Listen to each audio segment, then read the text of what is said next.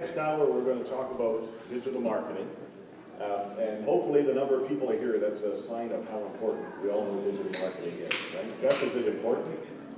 Yeah, it's the lifeblood of your business. If you're not digitally marketing, you should be selling at 4 times commissions right now. So. And as we heard from Tara in other sessions, they all seem to tie back to this common thread. So you're all going to be part of a great experiment this afternoon, something that's never been done before. We're going to develop 47 digital marketing plans live in parallel. Okay, so this is an exciting opportunity here. And in doing that, we're going to try and create plans that are customized to your situation, that are using best practice techniques that are proven to work. And you're going to walk away with a to-do list for your digital marketing plan, and you're going to walk away with some thoughts about how to measure and manage your plan going forward. Now, the way we're going to do this is we're going to make use of SurveyMonkey. So if you have a digital device with you, if you could please, while we're talking here, while we're getting ready, if you could find your way to that link. So just to read it out here, it's surveymonkey.com/r/8bvj6ww. And if you can find your way there,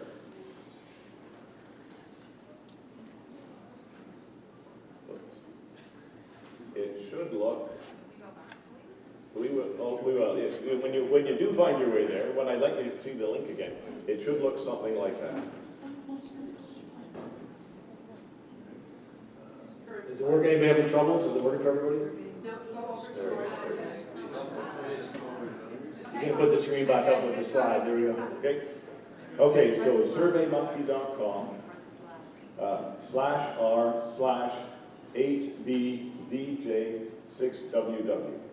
And what we're going to do is we're going to talk about 5 core elements of a digital marketing plan. We're going to have a discussion as a group here. We're going to draw on the knowledge of everybody in the room. And then we're going to create our plan live in real time. As I say, an experiment, never been done before. This is Guinness Book of Records stuff. Let's see how it goes. You got to pivot quickly with your business and move fast, so we're going to give you a lesson how to do it. So, how many people here have a digital marketing plan right now? Put your hand up. Not too bad, not too bad. How many people would like to have one? How many people want a better digital marketing plan? There we go. All right. There we go. Okay, super. Okay, so when we talk about digital marketing, we're talking about, in effect, a whole portfolio of digital-related marketing techniques that can work together as a whole. And generally speaking, so when we talk about those techniques, we're talking about search engine optimization and online advertising and social media marketing and email marketing, mobile marketing, all of those different things there. And the way that they work together is that most of the time, what we would like to do is we would like to use those tools to engage with our customers and bring them to our website. Because our website is usually where we have the best ability to tell our story and put all of our resources in front of the customer and ultimately convert them into a customer.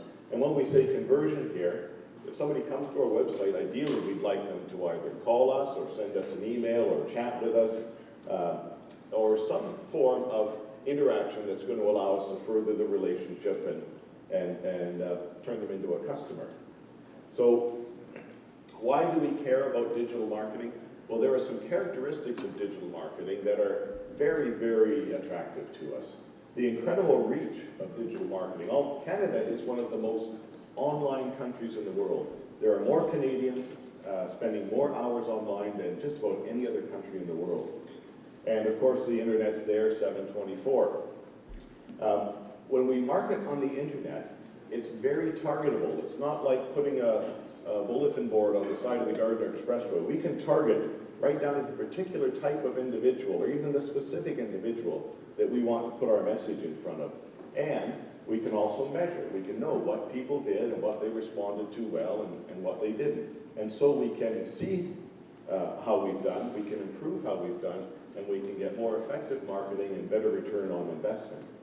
There's incredible variety and flexibility. We've got inbound tools, outbound tools, tools for rich engagement, tools for awareness creation, great variety that we can make use of. And bottom line is that it works. increasingly, if you use best practice techniques and you use a test and measure and tune approach, you'll find that you can get very attractive results from online marketing. So we looked at a whole bunch of different types of online marketing there. How do we decide which ones we should make use of? Well, here's some statistics from a survey that was done earlier this year. And they were this is not insurance industry specific, but they were asking marketers, which digital marketing techniques are you going to use? Which ones are most important for your business? And perhaps not surprisingly, the number one technique was the website. The website plays a very important role, regardless of what other marketing techniques we choose to use. Perhaps surprisingly, the second highest priority was email marketing. Right now, some people may say email marketing isn't really digital marketing, but in fact it is. Technically, email uses the internet, but also it's very, very tied to all of the other digital marketing techniques that we're going to make use of. And study after study shows that email marketing is the number one marketing technique for nurturing relationships and for generating new business, or generating business. We've also got social media there. Lots of people involved in social media. It's always a challenge because of the amount of effort that it takes, and sometimes it's hard to see the connection between the effort that you put into it and the results that you achieve. But a very important part of the platform as well. We'll also look at online advertising and content management. And there are other things that we could talk about that we won't today. We're trying to cover off the core areas. But amongst those five, we can build a pretty capable digital marketing program. So first we want to talk about the website as the first part of our program. So why is the website important? Well, it is seen by more prospects and customers than any other single marketing technique that we're going to use. It's the number one communicator of our brand. All of the, or most of the other things that we do will direct visitors to our website. And this is where we can best tell our story and give our customers the richest experience. It's a good tool for converting visitors into customers. It's always on. And lastly, we get all this great data that we can use to better understand our customers and their behavior and to help us improve things. So, what should we be doing around our website? Jeff, can you talk about some of the things that have been important to you and your website? Yeah, just a couple of things I've been working on. Last year we blew up our website. It was almost a year and a half old, so it was ancient in online world. So it's time for us to explode it and start over again. I want it to be better in a mobile world. You'll read a lot of stats, but 40 to 50% of people are dealing with your brokerage on their cell phone, or their smartphone. And you have to take a look at what your website looks like on your smartphone. So that was one of the things, our website was responsive. That's a big $20 word people use to mention websites that work well on a mobile phone. But ours wasn't very good responsive. I didn't like it, so we blew it up and we spent a number of hours redoing it, making sure the pages load faster. I had pages loading at 10 seconds, which basically is almost back to the future time, and people are gone. One of my favorite quotes is, people have the attention span of 8 seconds or that of a goldfish, and if you don't hook them in 2 or 3 seconds, you're done. So if your website takes 10 seconds to load, you're done. So your chance of getting that client is over. So make sure you have a quick load time. We were looking at that design. We put the hamburger menu. Is anybody familiar with what a hamburger menu is? Put your hand up. Does everybody know what that is? I didn't even know what a hamburger was a year and a half ago. I just knew I liked the button. It was easy to use. So we put a hamburger button on our website, and we tried to think, how can we make it easy to get places? How do we have less clicks to get the main stuff done? You know, why are people coming to our website? We found out quickly by looking at our traffic, it was all generally for new business. So we have to make it easy for them to get a quote and navigate in that environment. Just recently we've added our chatbot. We use the program through Pro Navigator. I know Dario and a few people in here are on the chatbot. We put that in the website. We've actually branded our chatbot Aiden, which stands for Artificial Intelligent Digital Excalibur Navigator. Aiden's a lot easier to say. We actually branded Aiden as a female representative, and we call her kind of our temp. And we actually have her right in our staff directory. Let's spend a minute on that. Yeah. So this is artificial intelligence, so there's not a person behind it. No. And how much of an interaction does your chatbot have with Just quickly, again, it's very, I call it a navigator because right now it just helps people find what they're looking for.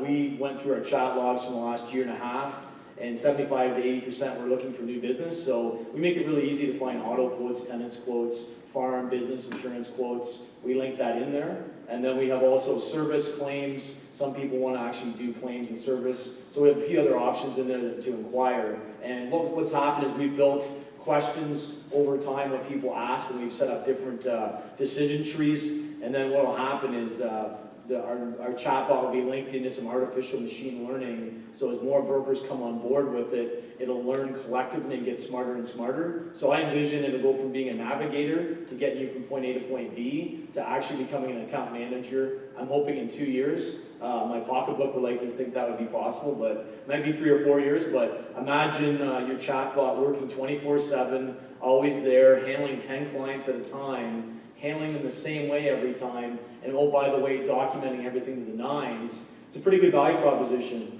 It won't be for all your clients. A lot of people don't want to deal with a robot, but some people 11 o'clock at night in their pajamas trying to get a liability slip and don't like using a mobile app can actually go through your chatbot eventually and get that done. So it's going to be game changing, and if you're not in tune with what chatbots do, you need to be as a broker, because this is kind of the year of the chatbot, and you're going to see more and more stuff on the chatbot. So it is on our website. We have 3 different versions, one in our website, one in our rating engine, and one in our social media.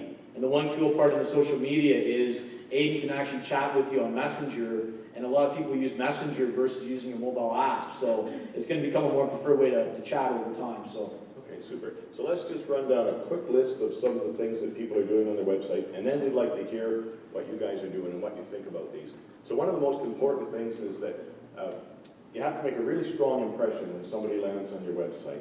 They talk about a 3-second rule or a 5-second rule and say that if you haven't captured their attention within that time, you've probably lost them. In fact, there have been studies that say that at a more visceral level, you have milliseconds. If they don't like the look of your website, they know it in a fraction of a second, and you've probably lost them right there. Does everybody know what a bounce rate is? A bounce rate is when somebody comes to your website, looks at one page, and then goes away without going any further into the website. I've heard it said that it's like your visitor arrives, vomits, and leaves. So it's really, really important that we make that great first impression. And we talked a little bit this morning about responsive design and mobile. So some people think that the thing about responsive design is it's not just about fitting it on a smaller screen. You actually have to redesign your whole website so that it not only looks good on mobile, but allows the user to do what they need to do on mobile devices. So we really have to think mobile first in terms of mobile design. Websites have to be easy to use or we're out of luck. We need effective call to actions, even if it's pretty and it's got great stuff on it. If it doesn't lead the visitor to do what they want to do and what you want them to do, then we're going to fail there too. These days, there's a lot of content required on websites, articles, how to buy insurance guides, videos, and so on. We need to have good resources on our website. It needs to be uncluttered and very visual. We want to integrate it with our social media platforms so they can go back and forth and they're tightly linked. We need to have it search engine optimized so that it can be found. And lastly, we have to make sure we've set it up so that we can track all the things that are happening. So what sort of things are you doing on your website? Or what's your highest priority for your website this year? And warning, if we don't get volunteers, we're going to throw that ball at random, and whoever catches it or touches it last is going to have to share their plans with us. Highest priority, anybody? Who's doing anything on their website this year? Oh, over here. Yeah. Sure was. The one putting her hand up as little as possible. Hi. Hi. So my name is Amanda. I'm from WB White Insurance, and we are working with a company, our website company, to help us basically smash down our existing site and redo up something completely new. So, I mean, we're just in that stage of just rolling out the initial. Were you mobile compatible before? No, that was all part of it. Okay, so now you're redesigning entirely with mobile in mind? Exactly. Yeah. And the advice I would give to any broker who's going through this process, if they say 3 months, plan on 6 months. because there's a lot of back and forth, and you start out in one direction and then you find yourself ending up in another, because, you know, the people at the website and any company that you deal with, they're great at what they do, but you will find that nobody understands insurance. And that's why, as a broker, it's extremely important that you be right involved. You don't leave the decision-making to anybody else. You have to use your own voice when you're planning these things. Now, in starting to design the new website, were you able to do a debrief on the old website and what you didn't like about it? Oh, well, there's most things we didn't like about it. So And did you look at other people's websites? And that's what I like about actually, theirs. Excalibur was one of them. It's absolutely gorgeous. It's got great call to action. It's very simple. It's very clean. And the chatbot too. I was creeping on that the other day because I think it's a fantastic thing. We just So that wasn't the lead, Jeff. so there you go.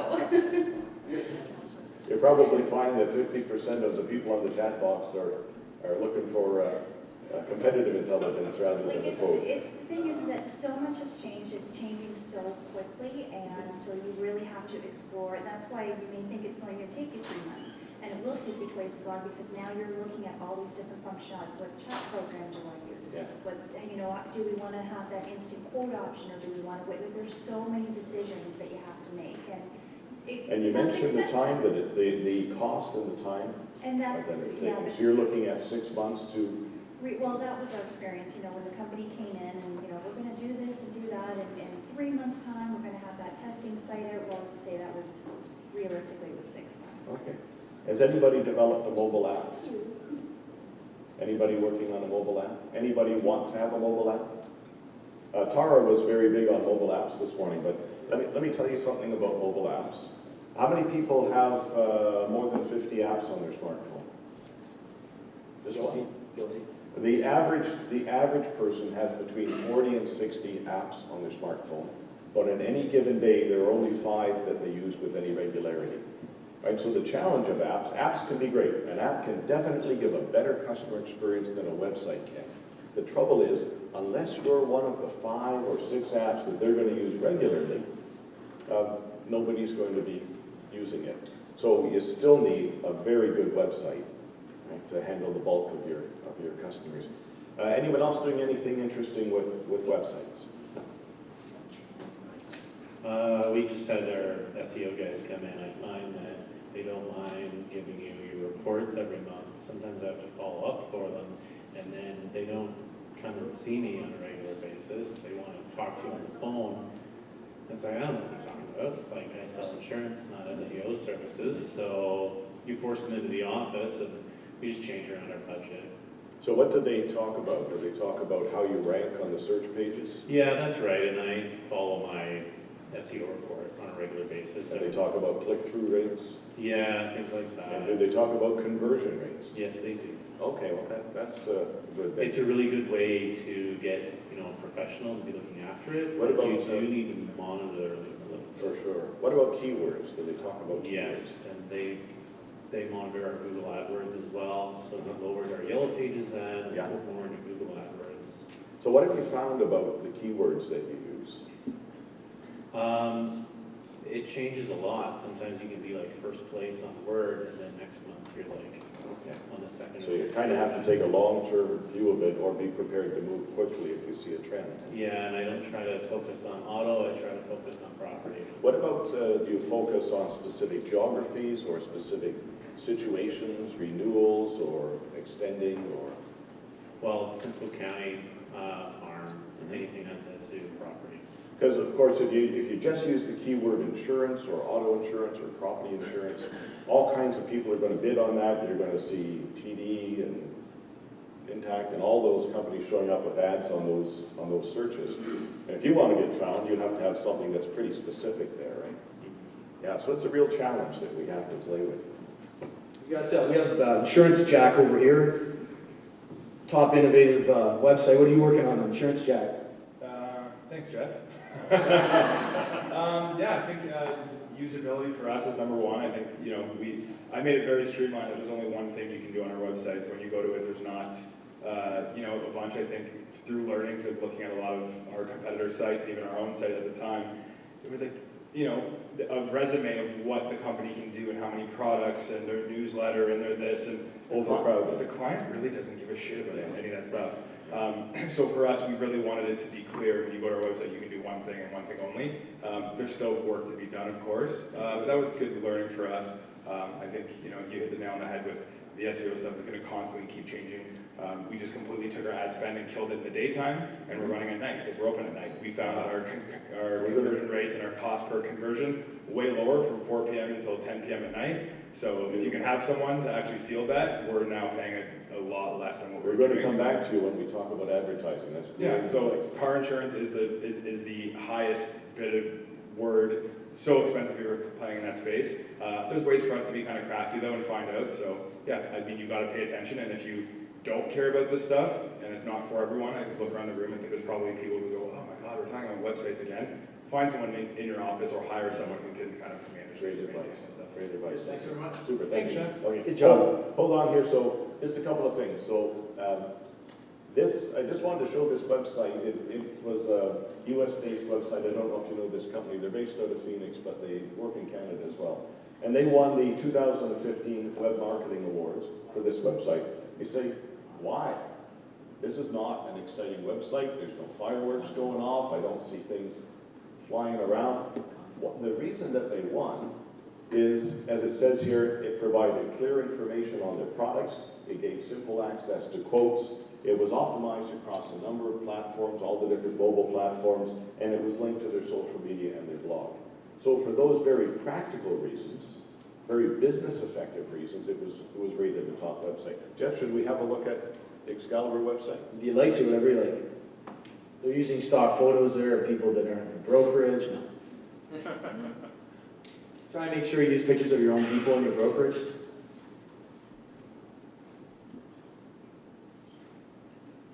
Okay, what would you like to tell us about it?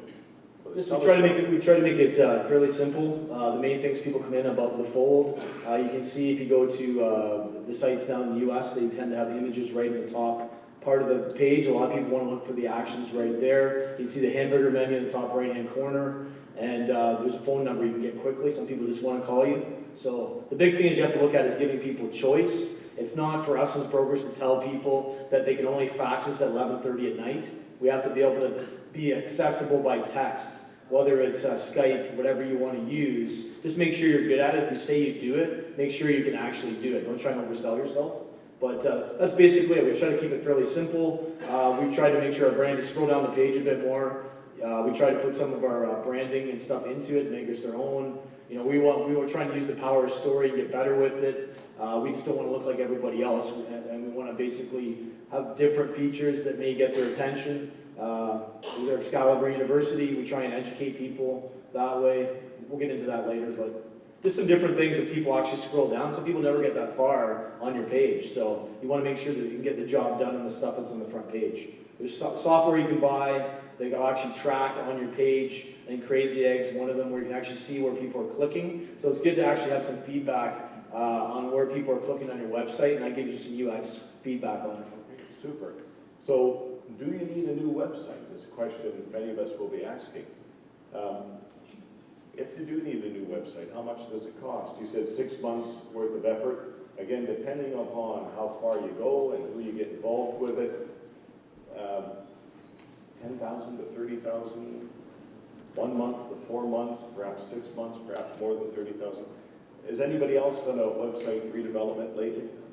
Let us know how long it took. Yes? How long did it run? Did it take? Well, we're a small startup with low budget, not no budget. So we're under the technical question. Should I do it myself? And did you decide to do it yourself? We did it ourselves, yeah. Okay. So it's a functional website. We have the call to actions on there. We have information for our newsletters to make sure that we're SEO compliant. We're not SEO compliant with showing up on SEO.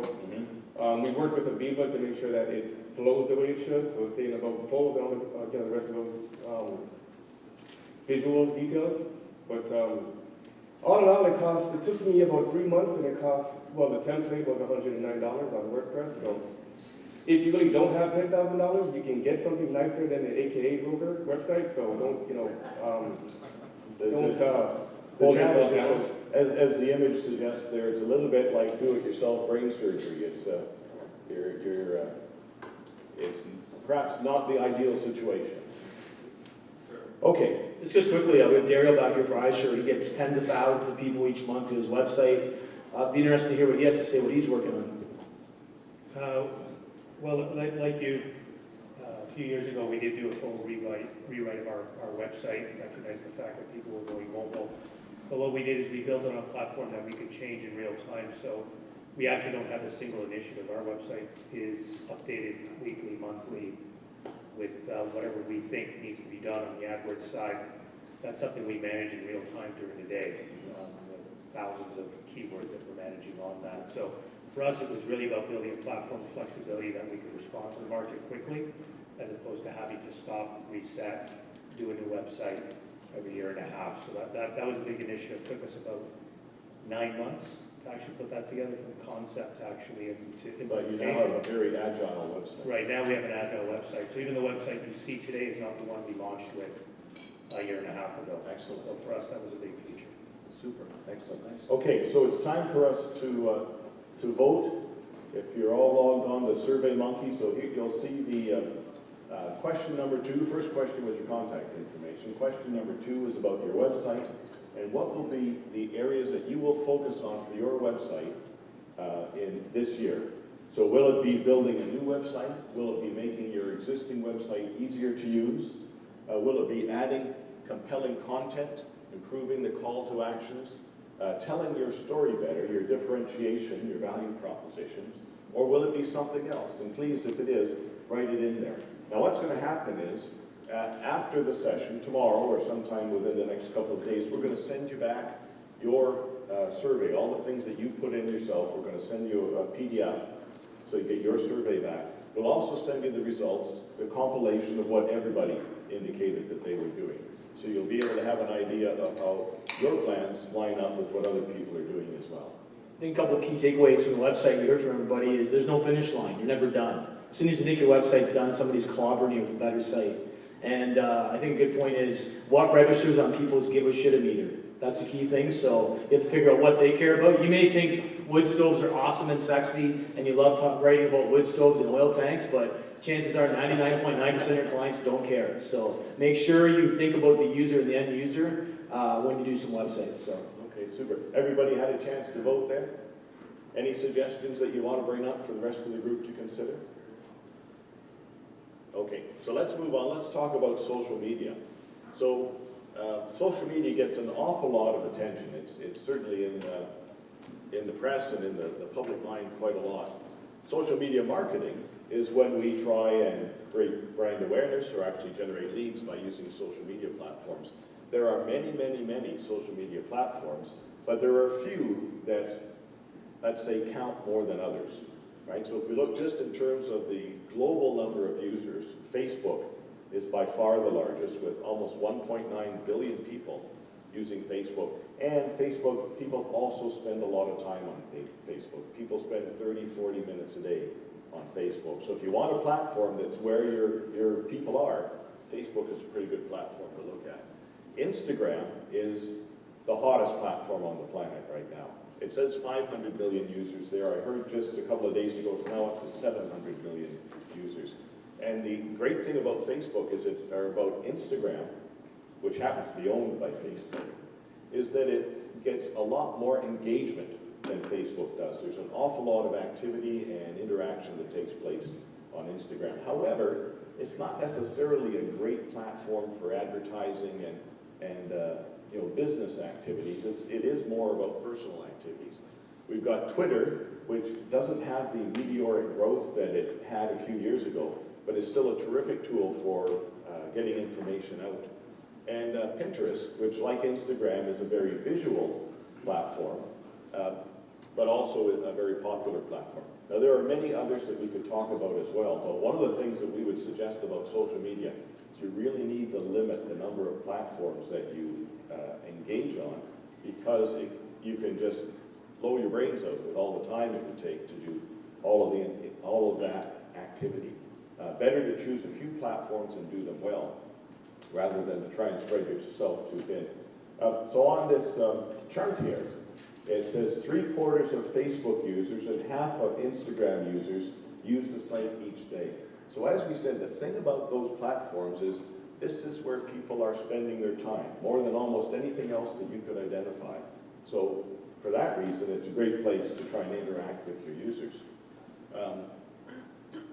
50% of insurance shoppers consider comments on social media as part of their purchasing process. So being present there is definitely better than not being present there. However, it takes a lot of time and effort potentially, and it can be hard to determine just what results you're getting out of it.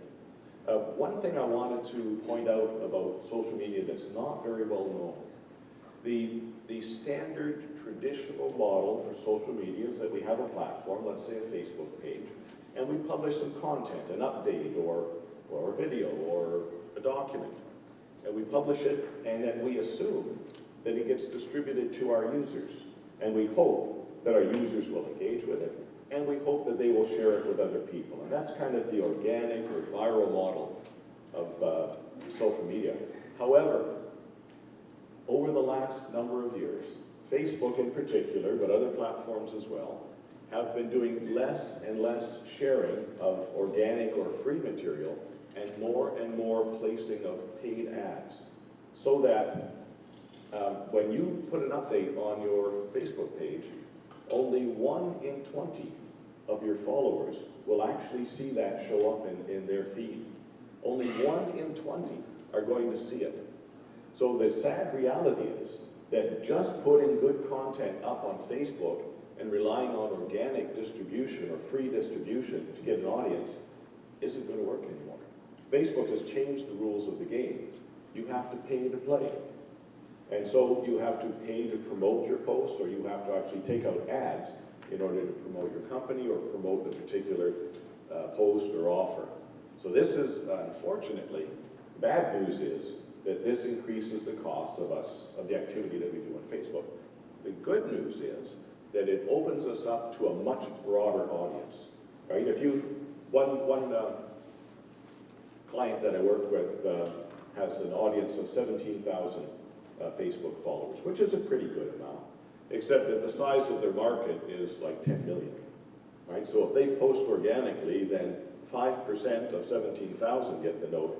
If they do a paid ad targeted at the specific types of individuals that they want to see it, they can get access to that much broader market, right? So as we think about our social media strategy, we need to think about paid strategies there as well. Okay, so what's everybody doing on Facebook? Jeff, what are you doing on? We have a social media strategy where I sit down with my team, and I've got some part-time people. I've been too cheap to hire somebody full-time. No, seriously, I've got a couple people that I use, and I kind of quarterback it because a lot of times as a broker, a lot of these things are new, and it's hard to hire somebody, so I tend to do it myself and then fire myself, so I have an idea of what should go on. So we sit down and we try and plan 3 months in advance, and we look at what are we going to put on Facebook, what are we going to put on Instagram, what will LinkedIn be, and then we actually plan our schedule, we build our blogs and content into that, and we try and do our best to try and stick to a formula. Gary Vee, who some people here love, I think he's great.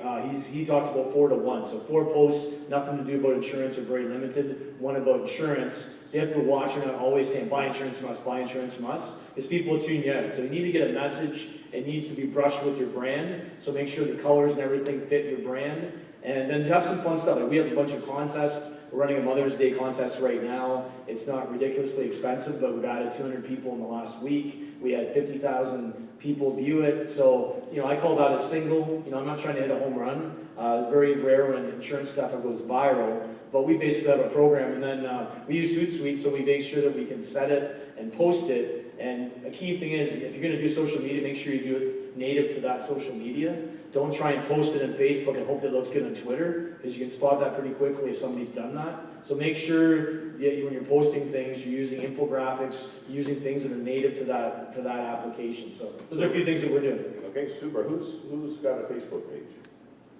What are you doing on your Facebook page? I'm playing dodgeball. So checking your agility out. Well, we can all agree insurance is painfully boring. It is. So our idea is just with the Facebook is to just not be insurance.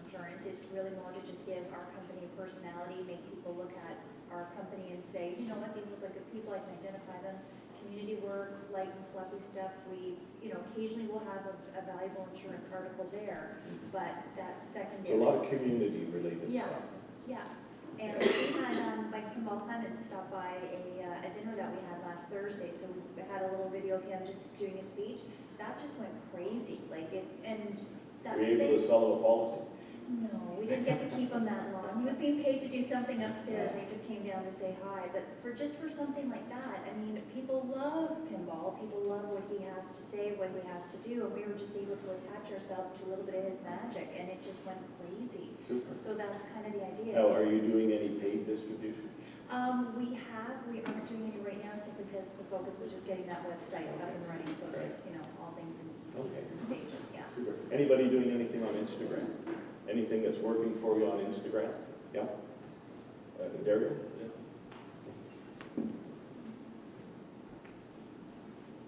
Yeah, we had an Instagram earlier this year as an extension to our Facebook campaign, so we post regularly there. There's a lot of engagement, but it's a different type of engagement than Facebook. You're not going to get a lot of back and forth or discussions. Instagram, really what you're getting is literally an instant of the client's time, so you have to resonate with them with a photograph of a single image, which is a lesson we learned from my 13-year-old daughter as she sat with my marketing guy and filmed it on Instagram last summer, and that's basically how we built out our Instagram strategy, but it's been quite effective for us. Okay, super. Any other platforms? Is anyone using anything other than Facebook and Instagram? Twitter, LinkedIn? I found Instagram really good for posting Caesars, so Caesar drinks. Very handy. Okay, so let's turn to the next question on your online survey, and let's have a look at what will we do in the area of social media this year. Will we ensure we have a consistent level of activity across a small number of platforms, so we're not going in bursts and then disappearing for a few months? And ensure that everything I post is highly relevant to my target market, right? Because this is a very personalized forum. How about soliciting user-generated content? How many people are getting their customers and prospects to contribute to their pages? Yes? A few. Curate content from other sources. Are you seeing what's happening from industry sources or from the news in general and sharing it through your social media? And lastly, link your social media to your website. So not only have the links on the website to get you out to social media, but most of the content that you place on social media should have a link that takes people back to your website, right? Because ultimately, they're not likely to buy on social media, but if we can get them to the website, then we're going to have a better chance to engage with them and hopefully move them through the buying cycle. Okay, everybody voted there? Okay, let's move on then and talk about online advertising. So why do we want to do online advertising? Of course, one of the great assets of the internet was it was supposed to be free, right? We put out our website, we do the search engine optimization, and people are going to find us. But Google in particular, right, they added all those ads on top. So you have to get through 6 or 8 ads before you even get to the organic results. The other problem we have with insurance is that insurance itself is a very general word. And for us to try and get found on the word insurance, or even if we pair our place name with it, it can be quite challenging. There's many people going after that. So we may need to use some advertising in order to get seen by the people that we want to get our message in front of. Also, advertising can provide a great trigger to action. You can focus it. So it can be focused on renewals, focused on particular types of insurance, focused on particular types of problems, and hopefully catch the attention of the people that are in that particular situation. There's the most common platforms for advertising, of course, Google. We've got the AdWords program. The great thing about AdWords is that Google is the largest search engine in the world. And anyone who's searching on that topic, if you've got a good ad and you've got the right keywords, you're going to get seen by those people. So that's excellent. We can also do display ads. So the thing about searching is that you're only getting seen by people who are actually searching for the keywords that you bid on there. That's great. Those could be great customers, but that only constitutes a small fraction of the total market. At any point in time, only 3% or 5% of a market are actually searching. The rest of them are off doing something else, right? So if we want to get exposure to that other 95%, we may need something like display ads or like social media ads that are going to get us in front of an audience that's not actively searching on Google. The last thing on the list here is remarketing. Has anyone heard of remarketing? The way that remarketing works is that when somebody visits your website or visits your social media pages, Google or Facebook remember that. And when those people go somewhere else, it's going to show them ads, show them your ads, and hopefully remind them of you and bring them back to your website. So statistically, remarketing has 5 to 10 times the conversion rate that ordinary ads have. Because these are people who have already visited you once, demonstrating some interest, and now we're giving them a reminder and bringing them back again. So we've got lots of different advertising options there. We've got lots of different formats that ads can appear in. Traditional formats, visual, video, text ads, carousels. And we've got great tools on both Facebook and AdWords to help us narrow down the audience that we want to focus on and know exactly how many people, how big the segment of the audience is that our ad could be shown to, right? So we can tune the definition of the audience and you'll make the best decisions as to what we want to go after. So who's doing online advertising today? Yeah, what are you doing in that area? Is it Google AdWords? Yeah. Okay, so you're not doing any Facebook advertising? No, I'll post something to Facebook and I'll get 600 views perhaps. Yeah. I guess that's good, I don't know. But you'll post something to Facebook promoted by an ad? Sometimes. Sometimes we will. Okay. Anyone else doing any advertising?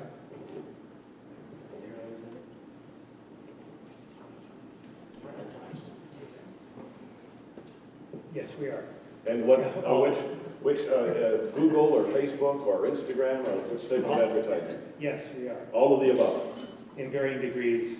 And We'll adjust our mix depending on what we're looking to do. and you believe you're getting a good return on your investments there? Yeah, the only thing I would add to the idea that, yes, you're going to see your ad fulfilled is you need to be able to fulfill the business when it comes in. It can become a very expensive proposition if you're going to do this at a higher level. So you're going to need to be able to convert your business and have the resources behind and the systems behind to do that. So the marketing is one play. Yes, you can do that and you will get clicks. But the actual conversion and knowing what to filter and what to write while still managing your relationship with your insurers is the other side of the equation that you have to think about. And that's to your own businesses, how you manage it. Super, great advice. Okay, so let's complete the next step on our survey there and define our online advertising strategy. So are you going to target your ads at very specific audiences and keywords? That's going to give you the best return on your investment. And are you going to ensure that every ad you have has a target action? So it's not just branding and awareness. You want to bring people to your website or your social media pages. Experiment with different formats, call to actions, landing pages. Use ads to promote educational content. A lot of the time we think we're just trying to do branding. But in fact, if we've got some great content, a great guide on how to buy insurance or whatever, promoting it using an ad can be very, very effective. And then lastly, are we going to make use of remarketing? And is there anything else that you're going to do? Okay, so if you complete your survey there, let's move on to the next area, which is email marketing. So as we said earlier, email marketing, time and time again, has been rated as the most effective digital marketing technique. Why? Well, one of the reasons is that over 90% of consumers out there open or check their emails at least once a day. Delivery rates are very high. Open rates are pretty good. We're generally connecting to people who already have had some exposure to us, so it's not like it's a cold call. We can create push and pull strategies. A push strategy is when we send out a newsletter. Pull strategy is when we have someone sign up to our email on our website and send in either a query or a request for contact. We can do nurturing through emails. We can send reminders, informational material. There's some issues with emails as well, though. One of them is the Canadian anti-spam legislation, the CASL legislation that came about in July of 2014, which says that we can only send promotional emails to people who have already agreed to receive promotional emails from us. So what this means is that it's fine for people that we're already in contact with, but it does make it challenging to grow your email list. We can't buy lists. We have to, in effect, attract people and have them sign up to receive our emails. Right? So this is where we may need to do our online advertising and social media marketing. The other thing is that many people get too many emails a day and don't have time to look at them, so we don't want to oversaturate them. Another one that was referred to earlier this morning is that maybe the younger generation is not as hooked on email as their parents were, and email is not going to be the channel to reach those people. However, overall, email is a terrific channel. So who's doing email marketing programs? Anyone doing anything they want to share with us? Does everybody have an email marketing program? Yes? What do you do in the program? We're literally just rolling it. So the idea is We'll throw it. someone else can take the box. Thank you. So we're just rolling it out, but essentially the debate is always what is the frequency, and there's so many different schools of thought. My school of thought is if you don't have something really important, really valuable to say, don't send anything, because that's when everything just gets trashed and you end up off the list. So I think the thing that you really have to think about when you're doing email marketing is the frequency of it and what are you saying, so that they want to deliver it. When they get it once a week, once a month, whatever you decide, it's something that's going to matter to them, so that you don't lose that. Needs to matter to them. I think that's to a matter, great, absolutely. great Don't point. send them off. Yeah. Okay, super. Anyone else doing email-related marketing? After you said reminders of renewals that are due and other things like that. Yeah, very good.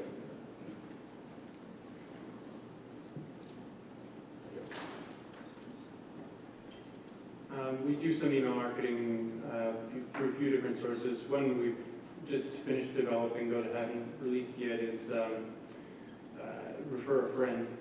But we've had a lot of success with capturing renewal dates. So we get from ballot leads, from people who call us to get a quote, and we'll always, as a practice, pursue getting their renewal dates. So we are growing, have a very extensive list after a year of building it.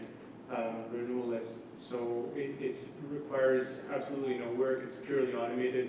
It directs them to our online quoter and gives them an opportunity to try to get a new price to capture that business without any money spent. And those have a very good conversion rate, to the point where, though we have the refer a friend program designed now, we haven't released it yet because we're having a hard time keeping up with our growing sales numbers. So Okay, well, that's a good problem. good problem to have, exactly. Yeah. Okay, super. Okay, so let's vote on our email marketing strategies. So what are we going to focus on in 2017? Maintaining the email list. A lot of email lists get out of date, and that can lead to a lot of trouble. Setting up a regular program of communications, of newsletters and updates and reminders and so on. Experimenting with subject lines. So in email marketing, somewhere usually between 15 and 25% of the emails that are received will actually get opened. Obviously, you'd rather be higher rather than lower. And the number one thing that influences whether it's opened or not is what you say in the subject line, especially in those first 3 or 4 words of the subject line. That has to be really compelling and really triggering people to be interested enough to open that email. If it just says May newsletter, that may not do it. Right? And of course, if you look online at different news services, you'll notice how good they get at. I think we're gonna, if you don't show up here, you might get your ass kicked if you don't show up. So Yeah, it's there a you very go. catchy line. Yeah. And look, everybody's here. So subject lines and call to action. If you get somebody to open an email, find a way to have them come to your website or social media site. Either the email tells them something about some other content or feature that's on the website, and helps build that. Couple of things you should do is onboard a new client, send them 2 or 3 emails in the first 30 days, get them to sign up in your mobile app, refer a friend, fill a testimonial out on Google, whatever your testimonial software is. Works well in claims processes. We do a monthly news e-blast. We do it 12 times a year as our frequency. We get about a 30% to 35% open rate, which is okay. And That's good. that's kind of what we are doing. You can also do it for protection reviews 90 days before for renewal cycles. There's a lot of things you can do with your email. Okay. And main thing is having a strategy with it. Okay, super. So there's email. So lastly, let's talk about content marketing. We leave content marketing for last because it kind of underlies all the other things that you do. There will be great content on your website, on your social media programs, even your ads are actually content. And then, of course, your emails will contain content as well. So content can be web pages, social media posts, documents, FAQs, how-to guides, infos, videos. Jeff, what's your approach to content? Well, I look at content marketing as kind of like the heavy lifting. I'll give the analogy of there's a weightlifter that does steroids and one that does things the true way. The person on steroids, the person using pay-per-click, as long as you keep feeding the steroids and paying the money, the activity is going to happen. Whereas if you're not using steroids and building your body the correct way, the organic SEO will happen because if you even stop doing some organic stuff, you still have traffic coming in from your system. So it's important to have a strategy, write some blogs and make sure they have some attitude. There's some things in blogs you need to know. Make sure you have somebody in your office that understands WordPress or your blogging platform. Tell us about some of the content on your... Well, so we use blogs and we use videos, and one of the things I'm focusing on this year is I want to see at least 8 blogs a month, and 3 of high quality, and 4 still decent quality, and I want to make sure we have at least 1 video. So you'll see, I did the video, the pros and cons of cheap car insurance. Again, that's the first time I tried blogging, doing a video for a blog. Is it perfect? No, but at least I launched, and the next video is going to be better. I'm working on making a video about tenants insurance next. So that's an example of one. We have a video here if you want to look at this. This is kind of hot off the press. We did a video kind of explaining our office. I don't know if you get sound. Your sound Looks like it sounds... Second, please. I think we're out of luck for the sound here. Okay, sorry, the sound's not working, but we're doing some videos just showing our staff in a fun light, showing our values, just interacting. We have one, you'll see one of our staff members wearing a chicken suit. So stuff you wouldn't normally see to get their attention, but in the meantime, we're getting our values across about what Excalibur stands for, what we believe in, and we're hoping that basically people, a lot of people will believe what we believe, right?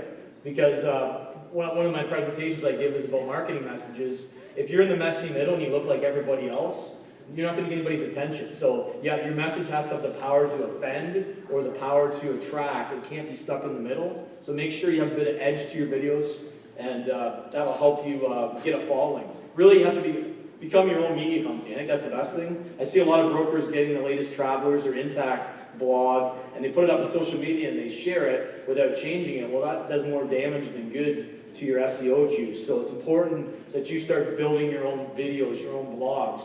Have your own voice, have your own opinion. And I challenge everybody here to start doing it. A guy named Brian Hanley. Has anybody heard of Brian Hanley in here from the US? He did, 5-6 years ago, he did a blog a day for 150 days. A new blog, and he got up there and he wrote something different. He did videos, and his SEO juice for his agency went up through the roof. So it's an example of using content strategy. So is anyone doing anything interesting in the area of content that they'd like to share? Or does anyone have any particular challenges around content that they'd like some suggestions on? Who's got a content program underway? Everybody's laying pretty low on this one. Yes, again. we won't come back. Point to somebody else and we'll ask them. Point to anyone else.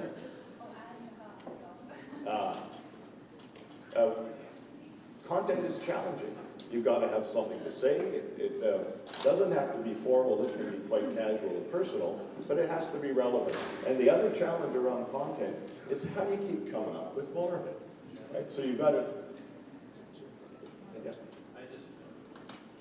One of our staff just spent 25 years with our office, so we put that on Facebook. We got like 600.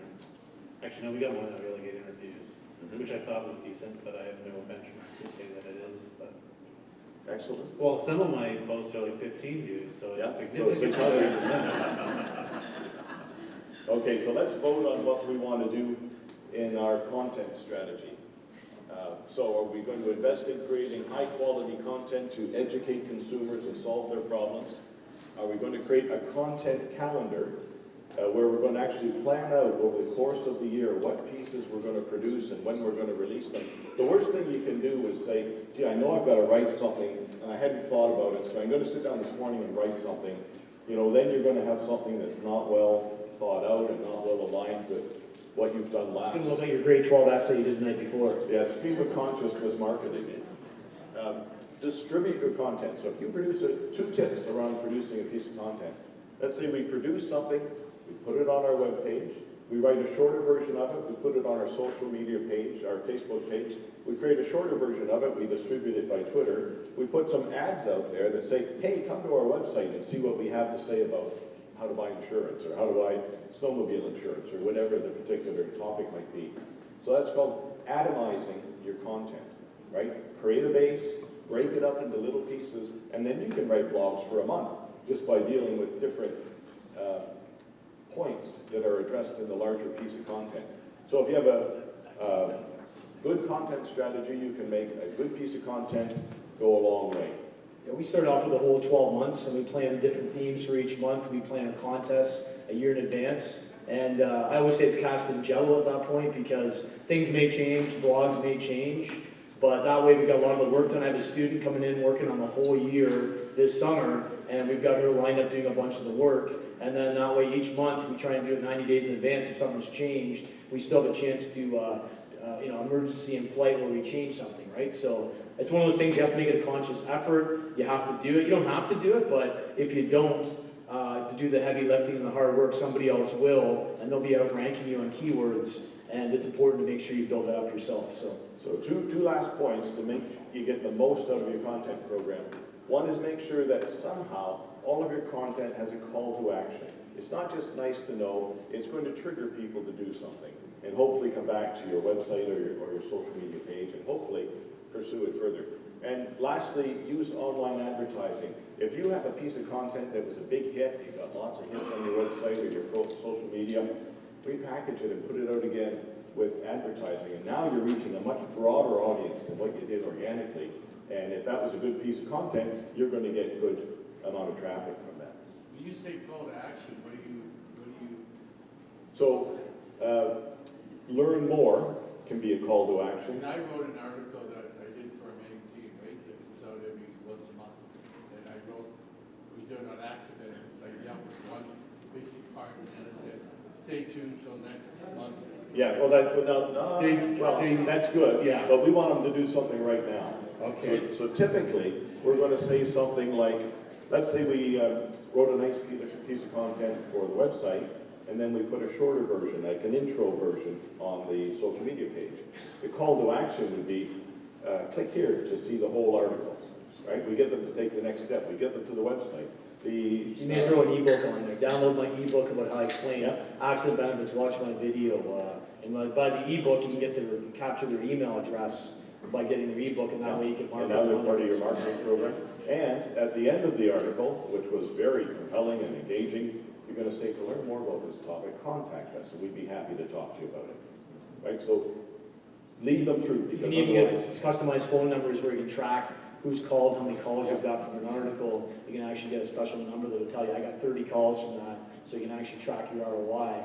It's really important to make sure you track all this stuff, because if you don't know what you're expecting, 600 views good, what was your goal? Were you trying to get 30 views? You know? and how do we improve month over month? How do we learn and do better? Yeah. So you're leading right into my last slide here, which is a few other things here.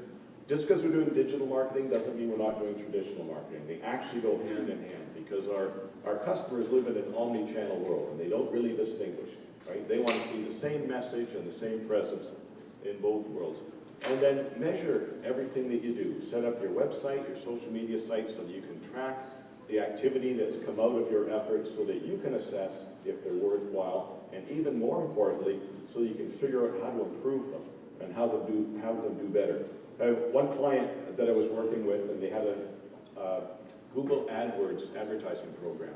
And we said, how do you think it's doing? They said, oh, it's doing pretty good. We're getting a lot of traffic to our website. And so we took a look at the metrics. We said, do you realize that between the people who are bouncing and the people that are going into the shopping cart and the people that are actually converting, the actual cost to get a sale is $900. Now, your product sells for $1,000, but $900 is going just to get that person to buy. So we worked with them, improved those conversion rates, and got it down to $30. So continuous improvement can have an enormous impact on the return on your program. Okay, so what's going to happen now is for all of you who've completed the survey, click done, and we will send you a copy of what your inputs were. We'll also send you a copy of the compiled results for everyone that completed the survey. Are there any other questions or any other things that you'd like to bring up on this topic? If not, then Jeff, thank you very much for joining me up here and for sharing your experience, and thanks everyone for participating in the survey.